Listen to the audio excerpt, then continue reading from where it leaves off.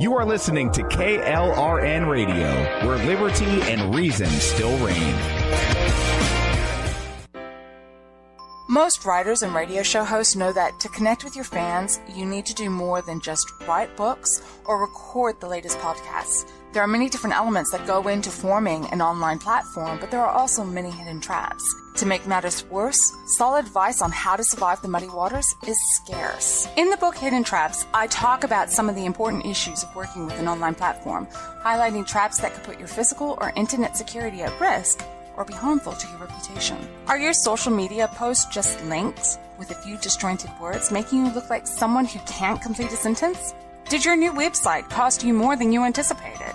Are you leaking your personal contact details across the web without even knowing it? Then you need Hidden Traps. Although Hidden Traps is not officially released until August 1st, you can pre-order your paperback or ebook copy now from a variety of retailers, including Amazon, Barnes & Noble, and Kobo. Visit blackwolfpublications.com for more details.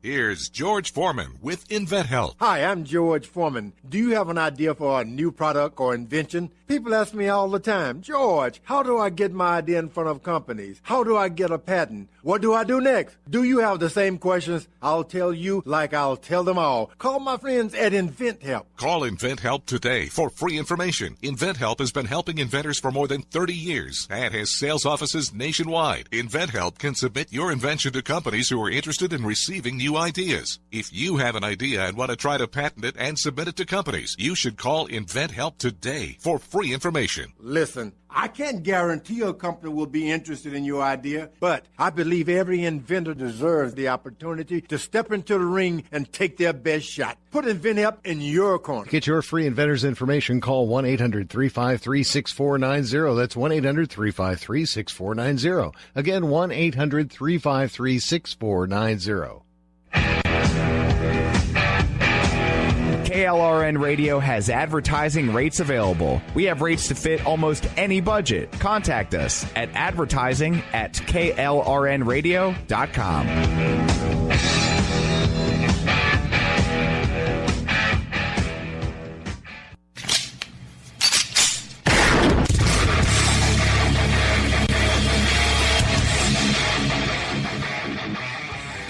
This is Slickery Trigger for Rebel Road Tactical.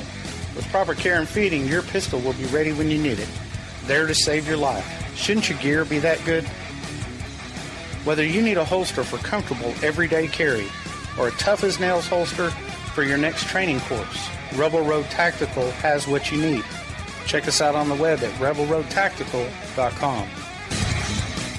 Hey, y'all, it's Jenny Earhart from the Southern Sisters Radio Show. It's Halloween. Well, almost. Just around the corner. Check us out every Saturday. We are talking about everything spooky and fun for the season. You can also check out our Halloween products on our website, southernsistershome.com. 30% off all products with promo code SISTERS at checkout. Also, free shipping on all U.S. orders. Boo, y'all. My friends, welcome back to Wen's World. Another fantastic edition kicked off with our Southern sister, Jenny Earhart. Hey, welcome Joey. back. How are you? Good. Happy Halloween. Yeah, 2 days away. Up. I know, right? 2 days away, and Yeah. I got to tell you, we have our 1 or 2 decorations out front, just so people know we're not those weirdo Christians that can't have a good time. You know? I know, well, we right? don't celebrate that here. You don't celebrate. You might become a Satanist if you celebrate Halloween. Right.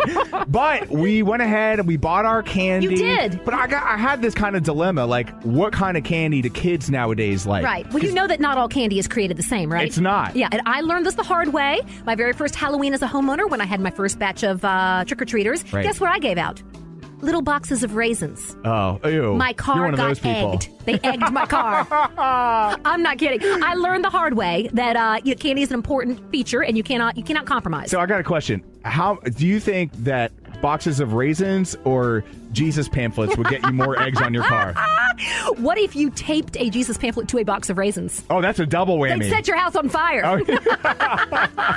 But you know what? There are, believe it or not, there is a list that's been compiled, and I never, don't ask me who does these lists, but of the best and worst Halloween candy. Ooh. So I'm kind of curious, Joey, like what if you had to pick the type of candy that you might get in, when you go out trick-or-treating? Because I know you do. Not that I do, but I do. You're like the large, creepy kid Oh, that goes out. trick-or-treat. How old are you, dude? 36. I mean, 13. I don't know. What would be your favorite candy to get in your little Halloween basket? Oh, man. All right. I feel like there are a couple staples. Okay. Right? Let's see if you're on the best or the worst list. Ooh. Okay. Definitely. Let me go with the ones I don't want to get first. Okay. What do you not want to get? I don't want to get candy corn, first of all, because you would have to package it yourself, which I don't trust repackaged candy. And let me tell you, candy corn is the number 2 most disliked Halloween candy. I'm on the right track there then. you are. You're doing well. Raisins, is that part of that too? No, because this is just candy.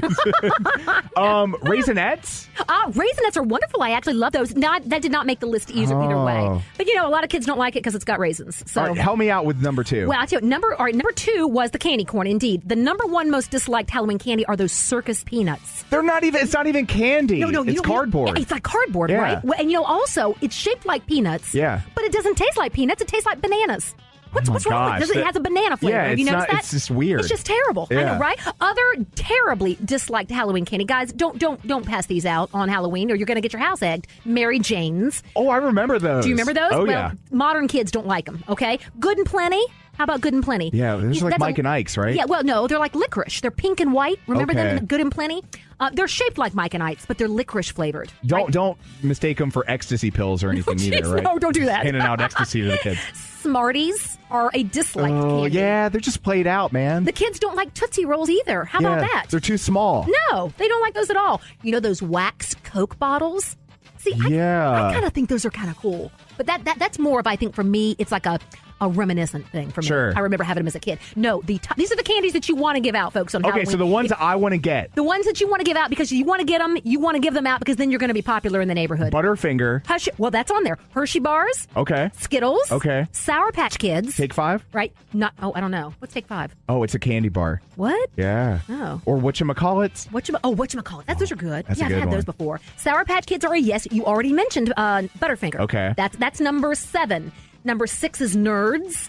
Okay, which to me, aren't those just like candy? Just sugar? Just like, they're candy. They're so good, though. M&M's is number 5. My mouth is watering. My personal favorite is number 4, Kit Kats. Ooh, I forgot about Kit Kat. Because they got so small now. They used to have the big things of Kit Kat. Now they're in this tiny little package. Yeah. And I'm like, come on, man, give me more Kit Kats. I know, like 1 or 2. Well, you can always eat 10 of them. Yeah. That's what I do. Absolutely. Why not? Twix is number 3. Snickers number 2. And number 1. What do you think it is? Did you already say Snickers? No. Snickers. No, I did not say Snickers, but it's not on. It's not. All right, you just tell me. Reese's. I can't believe I didn't get that. Reese's peanut butter cups. Chocolate meets peanut butter. Do you remember those old commercials from, I don't know if you were, maybe I'm older than you.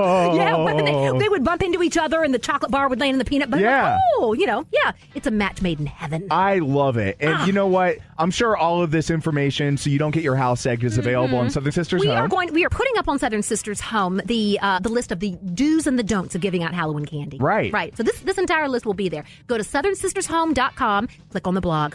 And in case you don't want to go shopping for toilet paper in the next week or so, you could give away the crap candy and get a week's worth of toilet paper up in your front yard. Oh, yeah, right? Yeah, but it won't be the good kind. It won't be like Cottonelle or Charmin. It'll be like the brand days, X right? single ply toilet paper. Yeah, cheap stuff. Jenny, I love when you come here because first of all, your personality is excellent. You guys got to check her out on Facebook, Southern Sisters with Jenny Earhart. I do. Facebook Live videos are awesome. We Stand have out. such fun with our Facebook Live videos. Y'all go and watch the video. We had a fabulous guest on the show this week, Dr. Stephanie Michaels. She is actually a podiatrist, and she talked to us all about women's foot health. We do a lot of damage to our feet. It's Joey. indeed, and trick or treating, you want healthy feet, right?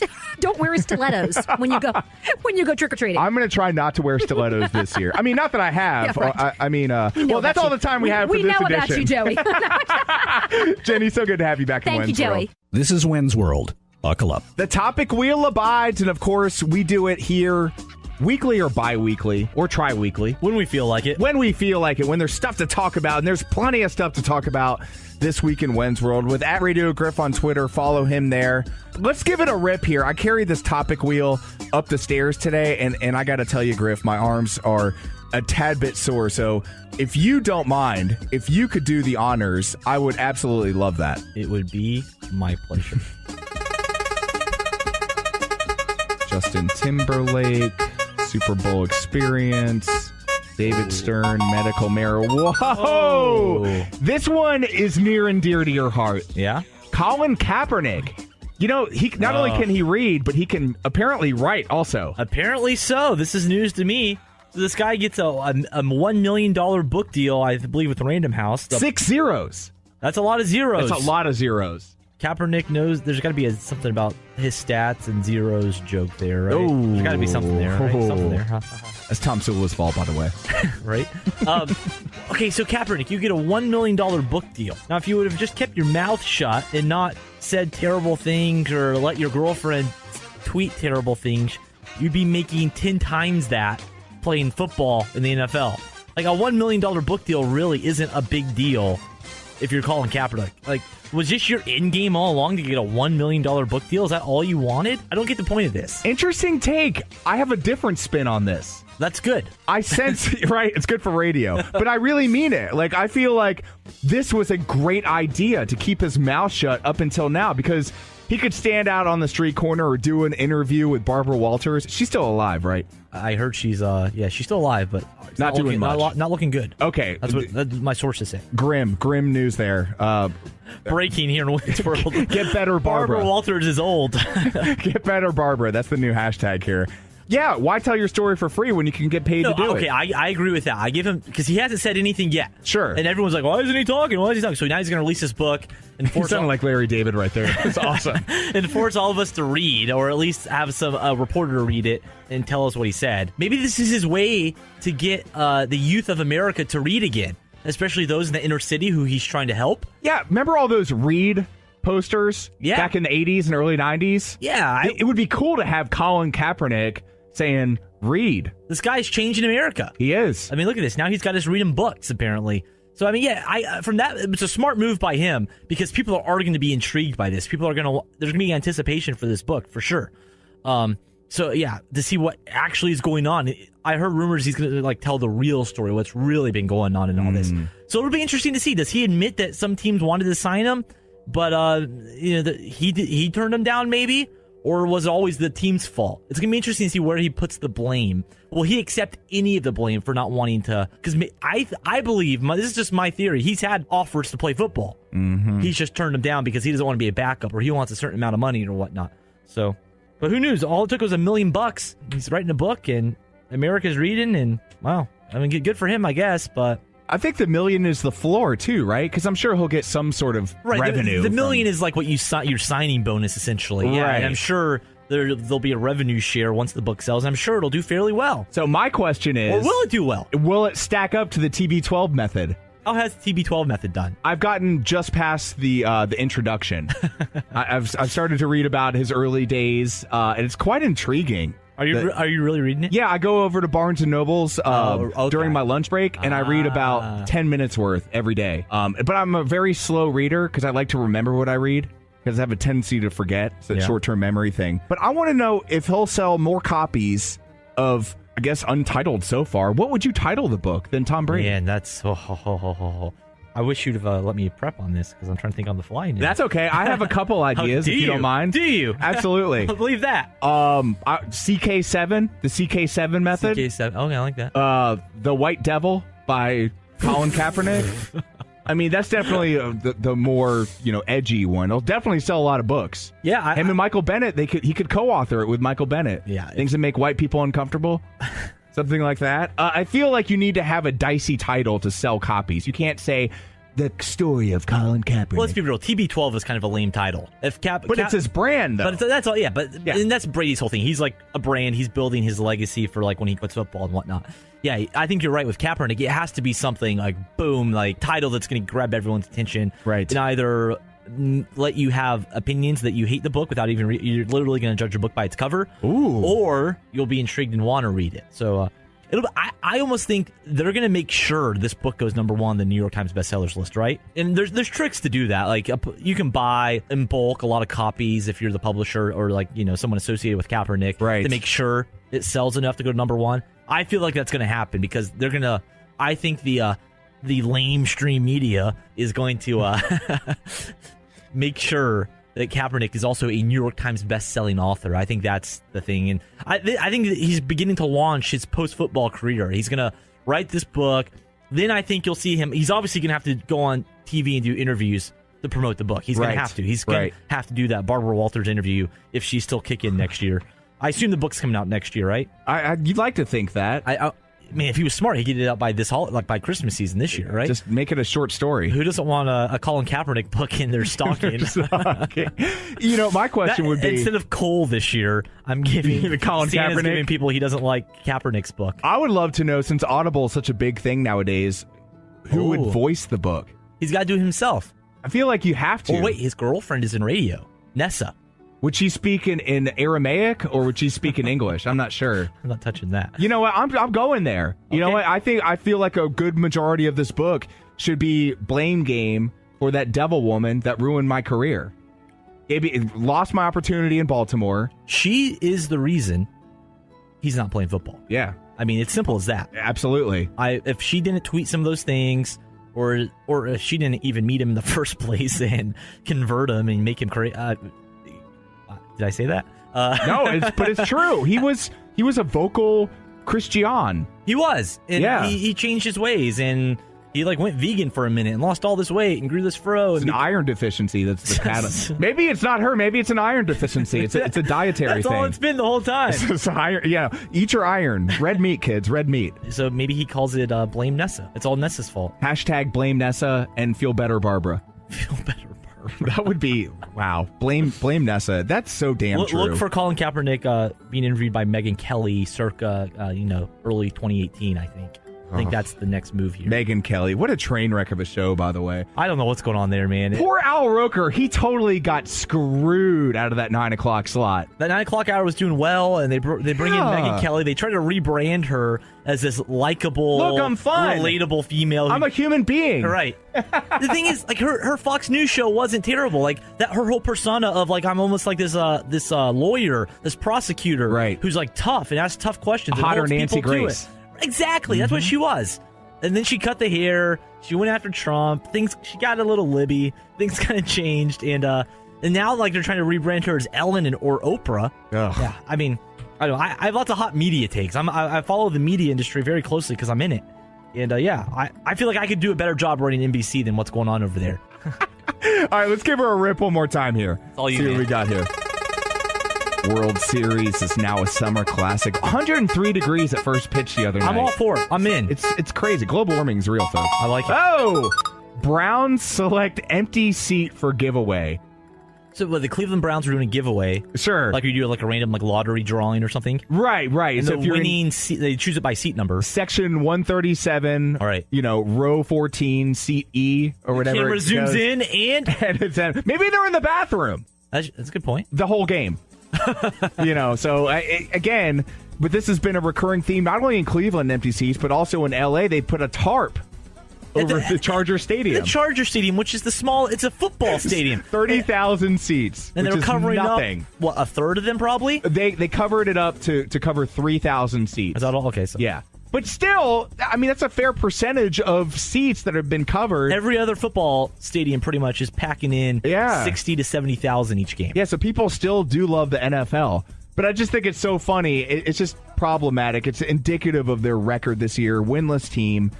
It's just, why can't they get things right there? I don't know. Other cities figure it out. They had the first pick in every single draft for the last 30 years, it seems. I mean, how can you get it wrong all the time? How many great quarterbacks have they passed on? And you look at teams who are like the Niners, my Niners, they're also winless, but you can definitely see what their direction is. Whether it's going to work out long term, who knows? But you can see that at least they have a plan set in place, and it seems like they kind of know what they want to do. In Cleveland, I don't think they know what's going on there. Maybe hot take here. Hot take. I think they want to continue losing. It's almost like that's the way. That's their Cleveland way, and that's the fans their brand. know it. Yeah, that's their thing. If they start winning, they'll lose their identity. Think about it. That's very true. Right, and not to mention, they have the Cavaliers for now. They have the Indians, who have been better as of late. I mean, they can't seal the deal, but they have other teams. So the dog pound starting to win would be too much change. It's too much. You'd start seeing warmer days in Cleveland, Ohio. I just don't think that city's ready for a winning football team. So too much too fast. Change is not handled well by the human race. The basketball team and the baseball team doing decent is enough. Right. That's all they can handle. Do they have a hockey team? I don't think so. No. Columbus has a hockey team. The Cleveland Steamers, right? Is that the hockey? No, that's a minor league team affiliate. All right, we got time for one more rip on the topic wheel here. All right. So let's do it. Do you want to do it? My biceps are really sore. I was lifting 10-pound weights all morning. 10 pounds? Yeah, 10 pounds. I'm moving up. I started to do some well, never mind. All right, go ahead. Give her a rip. I got it. David Stern wants medical marijuana. You know he's the old commissioner before the alien took over. Oh, Justin Timberlake, Super Bowl headliner for 5-2 in Minneapolis. This is a great pick. I'm all for JT bringing sexy back to the Super Bowl. He's basically been banned from it, like an unspoken ban since the whole Janet Jackson incident. Nipplegate. Years ago, right? Mm-hmm. Which almost literally changed a lot of the media landscape to a lot of degree. Like, absolutely. Lots of things happened in result of that. The FCC got a lot stricter on things, and lawyers got, I think, puckered up a little more. Oh, yeah. Big time. Things have definitely changed. And I think radio and TV arguably has gotten worse because, or at least radio, I know for a fact, has gotten worse because of it. Some of the old radio bits you used to be able to hear aren't allowed anymore. Yeah. Because of that. And maybe you can make the argument that incident started our love for being like PC now. Everything's politically correct now. What if that triggered it? Wow. I don't know. Joe Jackson. This is all Joe Jackson's fault when you really think about it, because if he hadn't have pushed his kids into childhood stardom, we wouldn't have had Michael. We wouldn't have had Janet. That's true. And we'd have less PC culture. Thanks a lot, Joe Jackson. Oh, it's just a theory. I'm throwing it out there. No, I think it makes perfect sense. Yeah, 100%. But I'm all for Timberlake, though. I think these are the kind of guys, the kind of people you need to do in the Super Bowl. You got Lady Gaga, Bruno Mars, Justin Timberlake. Entertainers. Right. People who like everyone can kind of agree on. No one is like I guess there are super duper fans of these people, but no one like hates these people really. Maybe Lady Gaga's a little controversial. Yeah. But Bruno and JT, most people are like, oh yeah, they make catchy, fun music. They're cool. But if you put like Justin Bieber there, people are like, oh yeah. There'd be a lot of haters there. Absolutely. Put Taylor Swift there, I think people would be cool with Taylor Swift. If you put like an Adele, I know she just sings really, people would be cool with that. JT, smart move, good move by the NFL here. I'm here for it, and I like it. Well, it's great because they've already talked to Justin Timberlake, and he had one specific goal, besides, of course, the unity that every musician wants to create in the world, which you can't do. Okay, stop with these unrealistic goals. Manage your expectations, artists. But this is what he had to say about performing in the upcoming Super Bowl. I have a goal to make Al Michaels dance. Oh, you do? So, Al Michaels, if we can get you to shake your booty at Super Bowl halftime show. By the way, we can start that hashtag. Right? Hashtag Al Michaels, shake your booty. That will be the icing on the cake. I, for one, would love to see that. I guess Justin Timberlake believes in miracles. I don't know. Al Michaels has not only suit and tie to wear to the Super Bowl, but perhaps he'll be up in the box. An NBC run Super Bowl. Yeah. But he does have spinal stenosis. Does he? Yes. So he would need perhaps a couple shots, an epidural. And also, he's old. He actually joined Dan Patrick, and there's a couple takes here that... There are a couple of things in motion here. Number one, I'm trying to get through spinal stenosis. So before I'm able to do any of this stuff, do I get a couple of epidurals? Secondly, I never was a very good dancer. I know the box step. And when I was in high school and Chubby Checker was doing the twist, I could sort of do that. I'd like to be able to step up and do this, but I don't know what I'm supposed to do at this point. What would you do if you were him? What kind of dance moves would you pull out the Charleston? Macarena? I think you just stand up. He does like a little shimmy shake thing, and people love it. It goes viral instantly. That's all you have to do if you're Al Michaels. Just stand up, do a little shake. Like, he can do that. Come on, anyone can do that. You can get a paraplegic to stand up and shake it for a second, right? Right. I mean, you could if he's truly not a paraplegic, if he's been faking just to get donations on the corner with his Vietnam vet hat on or something. Stand up and shake it, Al. Come on, that's what the people want, right? Do the people want that? And there's a whole lot more on the topic wheel to come, but it's going to be on demand because we are up against a hard break. Catch it on SoundCloud. Also, it's a free app in your phone's app store. SoundCloud. Up in the search bar, WENZ World. Stick with us. More When's World to come. Hey, y'all, it's Jenny Earhart from the Southern Sisters Radio Show. We love to talk about Southern culture, Southern life, everything that makes living in the South so fantastic. So join us every Saturday on AM 920 The Answer at 12 noon and again on Sunday at 10 a.m. Check us out online at southernsistershome.com.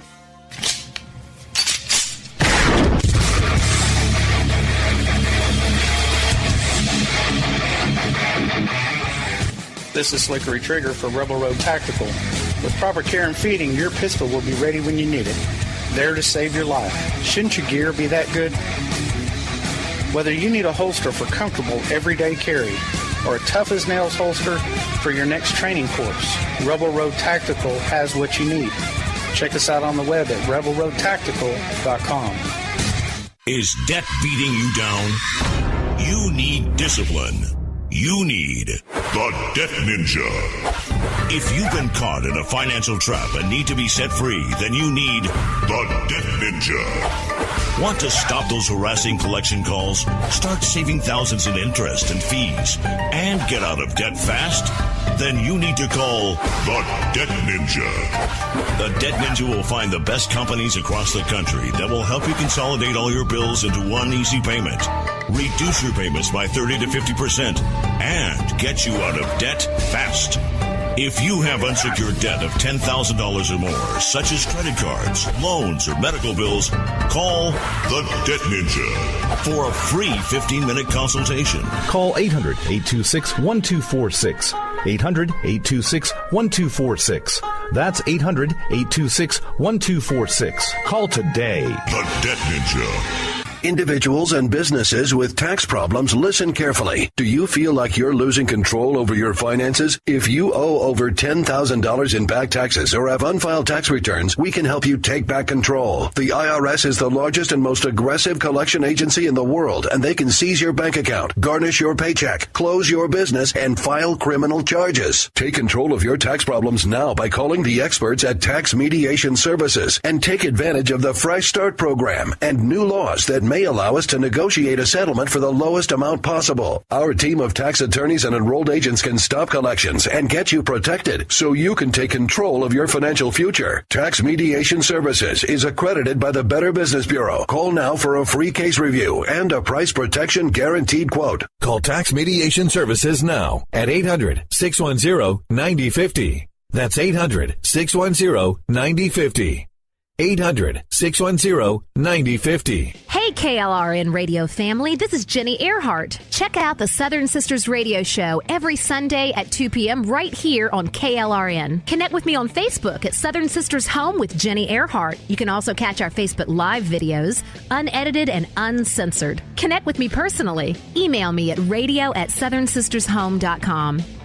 Hey y'all, it's Jenny Earhart from the Southern Sisters radio program. We are celebrating Halloween this month. Tune in every Saturday at noon and Sunday at 10 on AM 920 The Answer. Food, fun, everything spooky. And check out our gorgeous gourmet flour sack towels on the Southern Sisters website. Go to southernsistershome.com. We've got some gorgeous Halloween designs. You're going to love them. Use promo code SISTERS at checkout for 30% off your order. Also, free shipping on all U.S. orders. Boo, y'all. The legendary rock drummer Carmine Appice travels the country and continent, spreading the contagious, driving, thundering drum rhythms that thump your rump and roll your soul. Carmine Appice spans the globe, never resting his sticks or feet and pledging to all to rock till you drop. Where in the world is Carmine? Come out, wherever you are. So where in the world is Carmine? Well, right now I am at our place in New York City.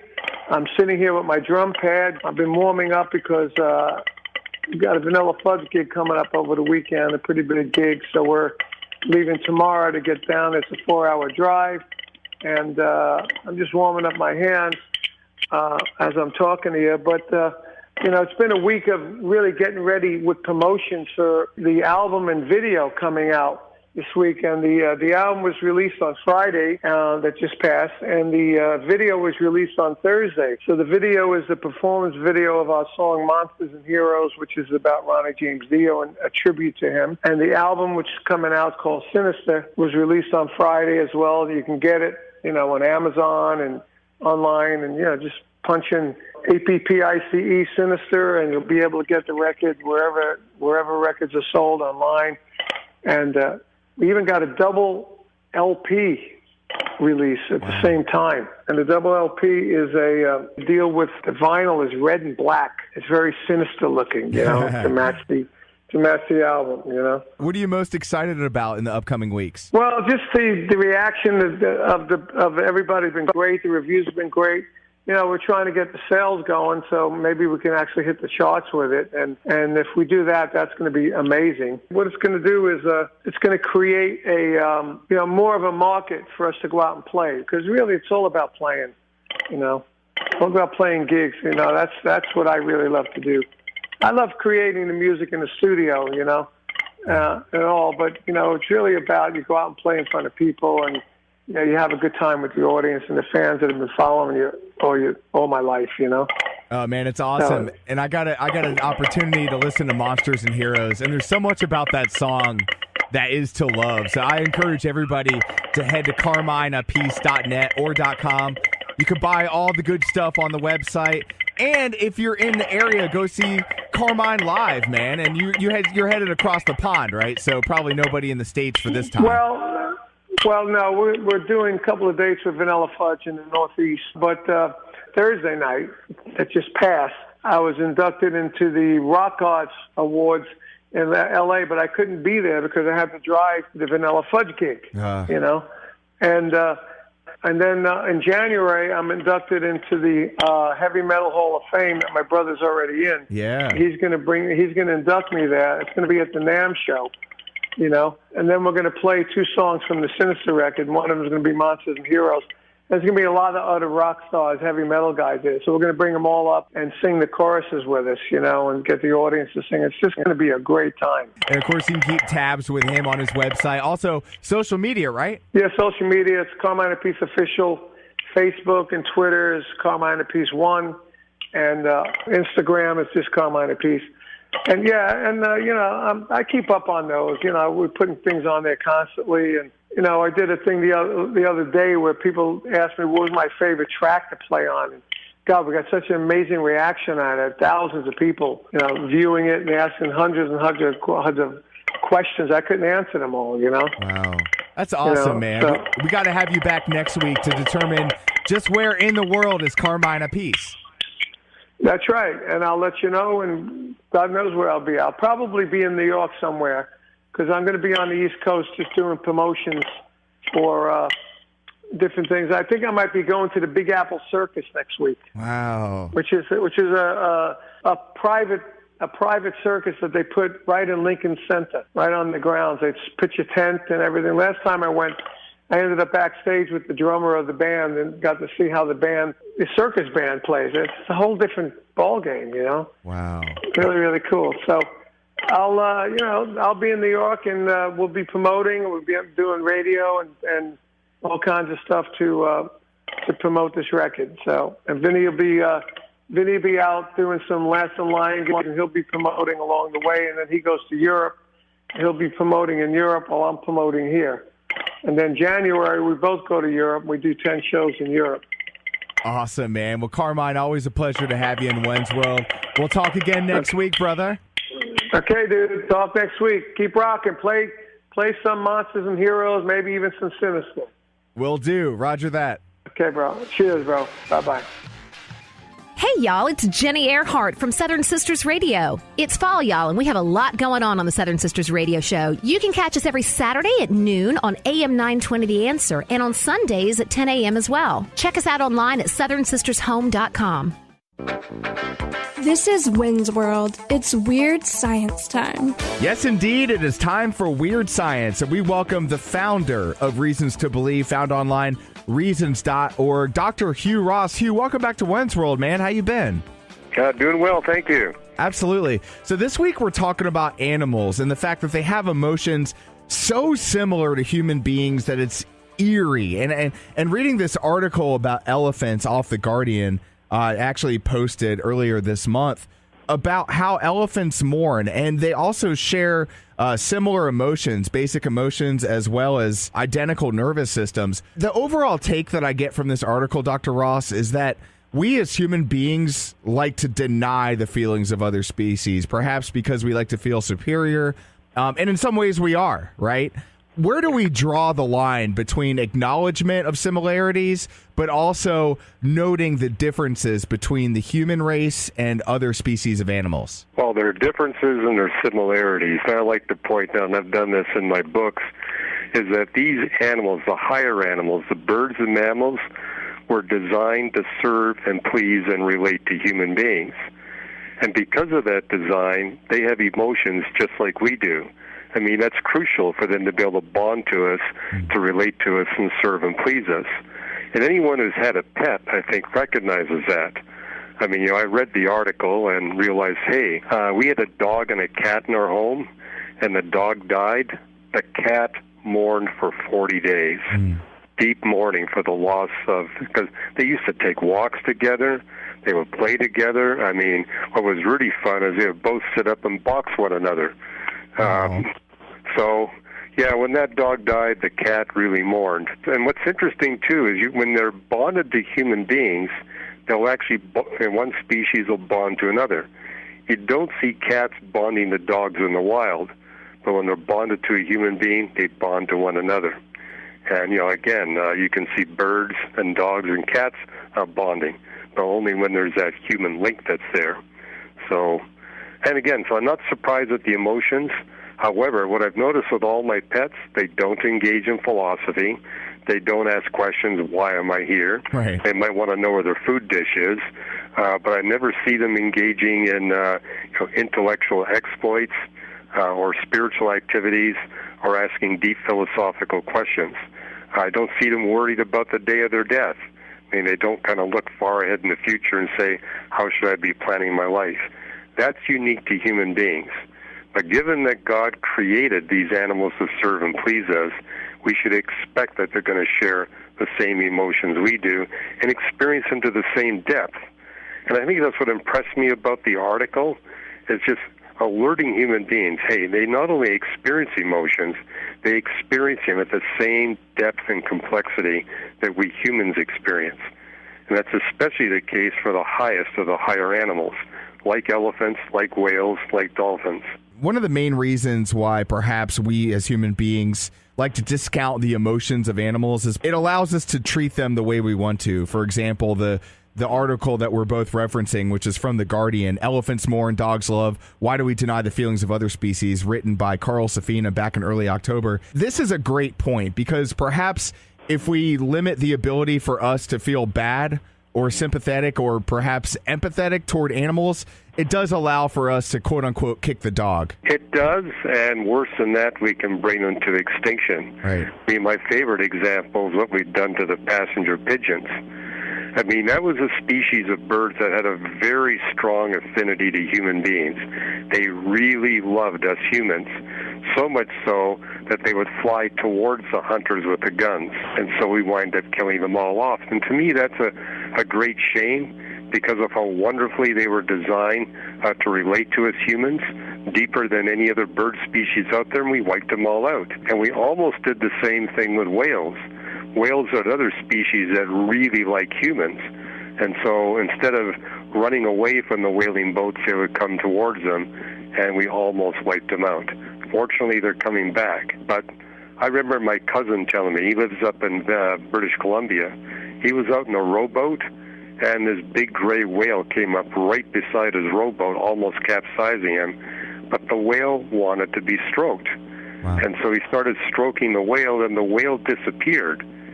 10 minutes later, the whale came back with its calf and pushed the calf up so the calf could get the same human contact that the mother was getting earlier. I mean, that just shows you just how amazingly they're designed to relate to us and serve us. Do you think perhaps when the fall happened that the animals somewhat maintained their connection to the creator, whereas perhaps we didn't because of the choices we made early on? And that kind of explains the reason for said whale coming up to the side of the boat, trying to have community with the human. What would you say from that inference? Do you think there's any truth in that? Well, I liked the Guardian article because it made the point that elephants don't abuse one another. They don't sin. You know, sin is something that's unique to us human species.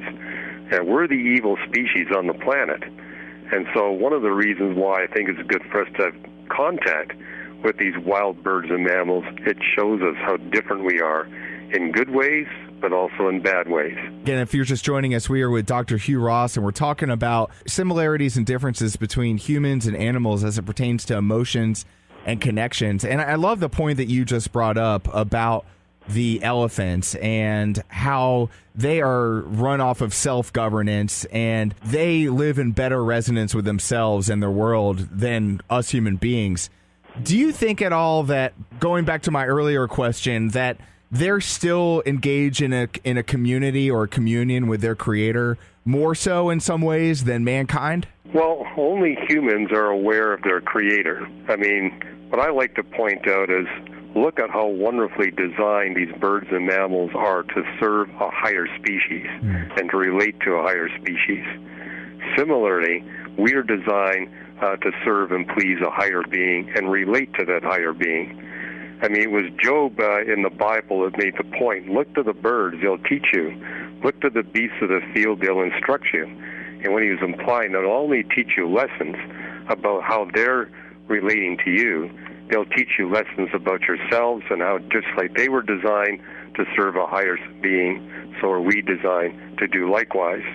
And what I've noticed over the years is that the atheists I debate, they live in big cities. When you get out to the rural areas where people got significant contact with these animals, they all recognize there's a God that's responsible for both the similarities and the differences. But unfortunately, 60% of us now live in big cities. Now, do you find at all it kind of interesting or perhaps ironic that a lot of people that view animal lives as equivalent to human lives are somewhat more on the atheist wagon than on the believer or possible even agnostic wagon? Now, why do you think that connection is the way it is? I think it's the way it is because, again, of how many of us now live in big cities and are cut off from contact with that. I mean, I've heard of those comments, but typically they don't come from people who are actually spending significant time with wild birds and wild mammals. Right. For example, when I was on the Caltech faculty, I would take atheist physicists out of their offices and laboratories up into high alpine meadows in this beautiful place and just ask them a question, what do you think of this place? They said, it's gorgeous. I says, why? And then you'd actually see these animals come to you. I mean, I like taking people up into the wilds of British Columbia where you can watch the goats. Those wild mountain goats have a very strong affinity to human beings. They just like hanging around us. And, why is that the case? And it's a way to get people think about issues that otherwise they would never think about in their office desks in the big cities. We'd like to get into the abstract from time to time here in When's World. And sometimes when I think about the idea of equality in some ways with human beings, it irks me, right? Like groups like PETA. In essence, the acronym there for the ethical treatment of animals sometimes passes over into the realm of weirdness, right? Like dogs are people in some ways, or they're supposed to be treated with the same amount of respect, or perhaps a better example would be chickens. We shouldn't eat them because they're just as valuable as people. Where, in your mind, given your experience as founder of Reasons to Believe, where do you find that we can draw a definitive line that makes sense as it pertains to that very issue? Well, what's ironic about the PETA-type individuals is that they do seem to make a distinction between a chicken and a cockroach. And why is that? And, from my Christian perspective, I realize there's three origins of life. The first is life that's purely physical, like the cockroach or a bacterium. The second category is life that's physical and soulish, and that would be the birds and mammals. But we alone are physical, soulish, and spiritual. So I think we must place higher value on a human being than we do a cow, but also place a much higher value on a cow than we do a mosquito. You brought up three tiers, as it were, of creation, right? And what sets us apart in your mind, Dr. Ross, is the fact that we have a soul. And how would you define a soul in layman's terms? The Bible talks about animals being soulish, and that's a reference to birds and mammals and how they're endowed with mind, will, and emotions so that they can relate to us humans and serve and please us. But what sets human beings apart is that we are spiritual, which means we have the capability of being aware of our environment beyond this physical universe. We're the only species that ask questions like, is there a God? What's going to happen to me after I die? What's the purpose for the universe existing? What is my purpose for existing? What's the ultimate meaning of life? And so we engage in philosophy. We're also symbolic. We're the only species that communicates with symbols and is able to respond. So what I wrote about in my book, Hidden Treasures in the Book of Job, is that no matter how much you train even the smartest of the non-human animals, they will not figure out what a stop sign is or a railroad crossing sign is. You can't teach them the alphabet. You can't teach them a number system. And they don't communicate in paragraphs like we human beings communicate. Symbolic communication is unique to humanity, but you can also understand why without symbolic communication, how could we ever engage in philosophy and mathematics and in theology? That's unique to the human species. We're with Dr. Hugh Ross, and one last question for you as we close our time together. And again, thanks for your time. Now, you mentioned animals being soulish. Would it be safe to say that animals have souls even though they run off of instinct and aren't with sin? Is their instinct right and wrong, or is it yes and no, or is it just based off, hey, I want to survive and protect my relatives that are around me? Because it seems to me that they don't really engage in clandestine activities. Well, you're right, and we got to be careful with that question because the word soul in the Greek and the New Testament is something very different than what you see in the Old Testament. So in the Old Testament it talks about soulish animals. It's simply referring to the mind, the will, and the emotions and their capacity to relate to one another and sacrifice for one another and do the same for human beings. The human soul is different. The human soul is what enables us to actually look beyond ourselves and say, how can I benefit all of humanity, not just my family or my nation? It also is what allows us to communicate with God and to the angelic beings and to engage in mathematics, philosophy, and theology. So the human soul is different. I would argue the human soul is eternal. The soulishness of these animals is not. So if heaven is real, do you think it's safe to say that animals would be a part of that kingdom, or perhaps they would be outside the realm of that scope just because of their inability to make decisions on their own, perhaps not choosing to be obedient as humans are? What do you say about that? Well, I get to ask that question a lot, and people really bond very strongly to their pets, and they can't imagine going to heaven without the pets being there with them. And I tell them, there's nothing in the Bible that does not say there will not be animals in heaven. I think there will be, but they're going to be way better than the pets you got here. But as far as your pet animals, what I see in the Bible is that only spiritual beings are created to be eternal. So the angels are eternal. God, of course, is eternal. We humans are eternal. We're all going to live forever whether we like it or not. But I don't think our pet dog is going to be with us in heaven. And I'm probably going to get a lot of hate mail just for saying that, but I think that's actually the truth. On the other hand, I do tell people God's going to be creating all kinds of species in the new creation, and no animals you're going to see there are going to be way more pleasurable to you than anything you experience here on Earth. Wow, this is amazing stuff. And of course, we've been with Dr. Hugh Ross, founder and president of Reasons to Believe. This is an organization where faith and science converge because sometimes things aren't mutually exclusive. And he kind of breaks it down for us here in When's World. Again, he's wrote a couple books, Why the Universe is the Way It Is, and Hidden Treasures in the Book of Job, as well as Navigating Genesis. Dr. Ross, always with the keenest of insights, man. We really appreciate your time in When's World. And I think as we close, it's safe to say one thing, that there probably won't be too many cats in heaven, right? Well, trying to herd cats, I don't know. That's kind of what my job is here. I want them to feel like I'm herding autistic cats. Oh, man, this is great stuff. Thanks again for your time, Dr. Ross. We You're very appreciate welcome. you. My pleasure.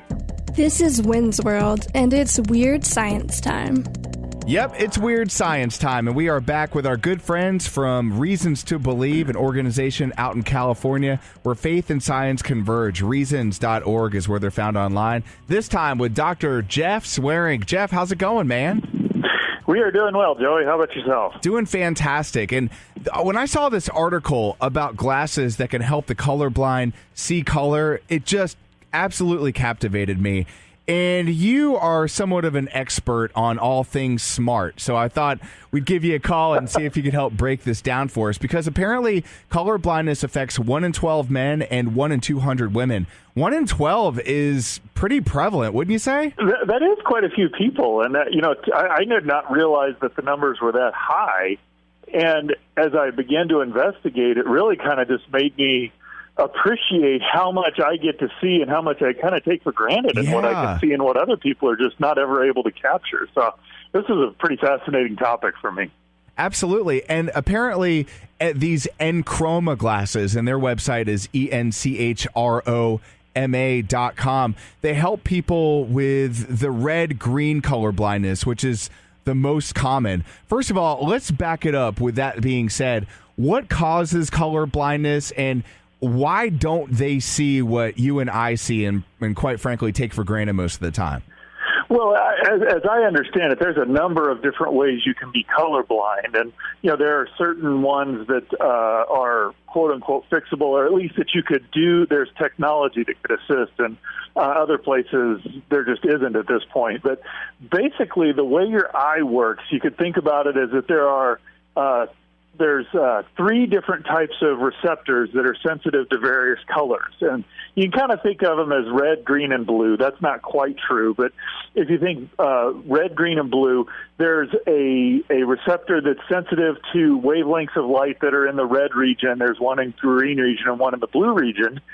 And color blindness can be anything from one of those isn't working properly, which these glasses wouldn't do anything to help, but a fairly common form of color blindness is where the red and the green basically are their response to light is the same regardless of the wavelength in there. And so what happens, or the way we distinguish colors in our mind apparently, is that when more light falls on, or the green receptors detect more of a certain wavelength than the red, we see things as being greener. Right. And when the red sees more than the green, we see it as being redder. And so if there's this big overlap between the two, you just can't distinguish the two colors. And so that's really the form of color blindness that these glasses can help assist, is that particular form where the red and the green basically just see the same sort of thing.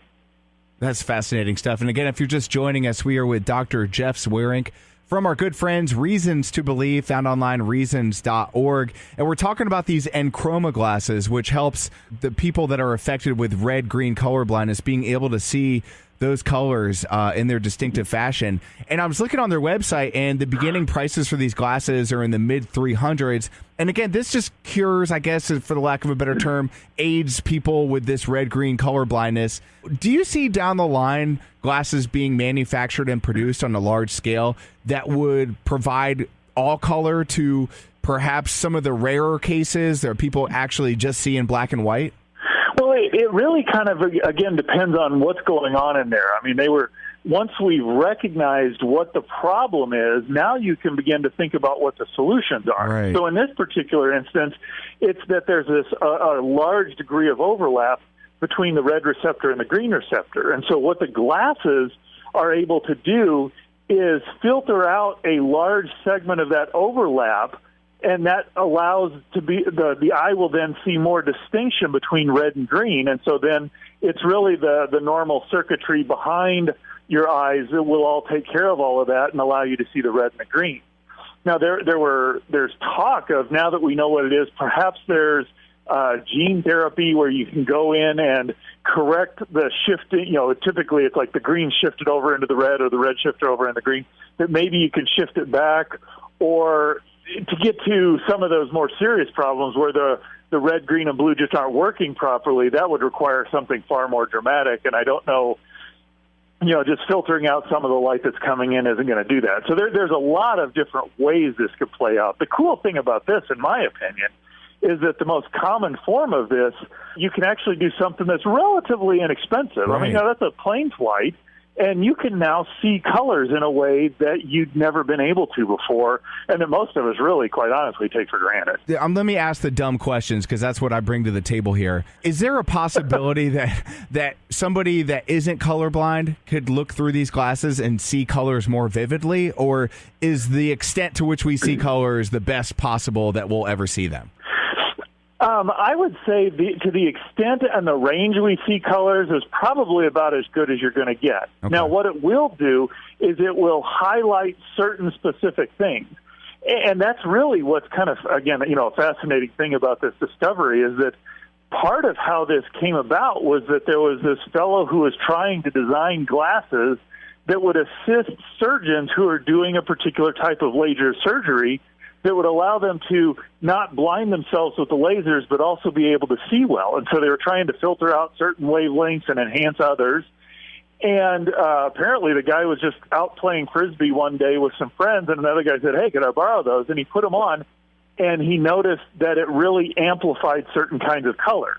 And so we already do this sort of thing. I mean, I've at times had those kind of orangey glasses that on a cloudy day will kind of make things brighter and make my eyes more sensitive to specific details that help me drive. So we are already kind of doing that. Right. But when you talk about improving over the wavelengths, all the different wavelengths that the eye can see and how well it can see, you're going to amplify bits and pieces, but you're not going to change the overall picture in my assessment. Yeah, this is way beyond blue blockers, as you just mentioned, the stuff you can buy in the tent on the side of the road where they pop it up and at sundown they disappear. But what does this ultimately point to in your mind? Because in my mind, looking at a map of the human eye, it's such a small piece of our body, but that just provides so much to our everyday lives. It really does. And to me, it just highlights, one, kind of how much we look and see and we utilize. I mean, there's so much I do during the day that is just predicated on my being able to see, assess what's there, and make a decision about it. When I'm driving, when I'm walking, when I'm talking, when I'm trying, even in my science, it's like I'm just noticing things that look weird or off. And to be able to notice that what looks weird or off, I have to have this very dynamic range. And so someone who's colorblind, who can't see that, is, I don't want to say, they're not defective, but they're just limited. They don't have that capacity to the extent that I do. And so they have to use other things to compensate. And so this really, to me, shows how remarkably God has designed our bodies. That we don't have to be able to see colors as well as we do to survive, but that just adds so much to our life to be able to see the trees, the leaves on the trees, and the greens and the blues and all of that. It just gives the world a beauty that is largely unappreciated by any other kind of organism. We're uniquely designed in some sense to see and appreciate and understand that. And so it made me remember how blessed we are to be able to see and operate in this world the way we have. And I think that's part of the Creator's plan for who He's made us to be. Dr. Jeff Swearink with the insight behind the high sight. I love it, man. Thank you so much for your time today. Again, follow them online, reasons.org, and on Twitter at RTB_official, and of course at RTB_JZWEERINK. Dr. Swearink, can't wait to chat next time, man. Have a great week in the meantime. Thanks, Joey. You too. Individuals and businesses with tax problems, listen carefully. Do you feel like you're losing control over your finances? If you owe over $10,000 in back taxes or have unfiled tax returns, we can help you take back control. The IRS is the largest and most aggressive collection agency in the world, and they can seize your bank account, garnish your paycheck, close your business, and file criminal charges. Take control of your tax problems now by calling the experts at Tax Mediation Services and take advantage of the Fresh Start program and new laws that may allow us to negotiate a settlement for the lowest amount possible. Our team of tax attorneys and enrolled agents can stop collections and get you protected so you can take control of your financial future. Tax Mediation Services is accredited by the Better Business Bureau. Call now for a free case review and a price protection guaranteed quote. Call Tax Mediation Services now at 800-610-9050. That's 800-610-9050. 800-610-9050.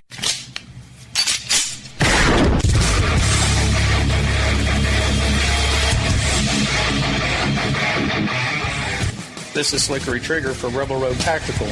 With proper care and feeding, your pistol will be ready when you need it, there to save your life. Shouldn't your gear be that good? Whether you need a holster for comfortable everyday carry or a tough-as-nails holster for your next training course, Rebel Road Tactical has what you need. Check us out on the web at rebelroadtactical.com.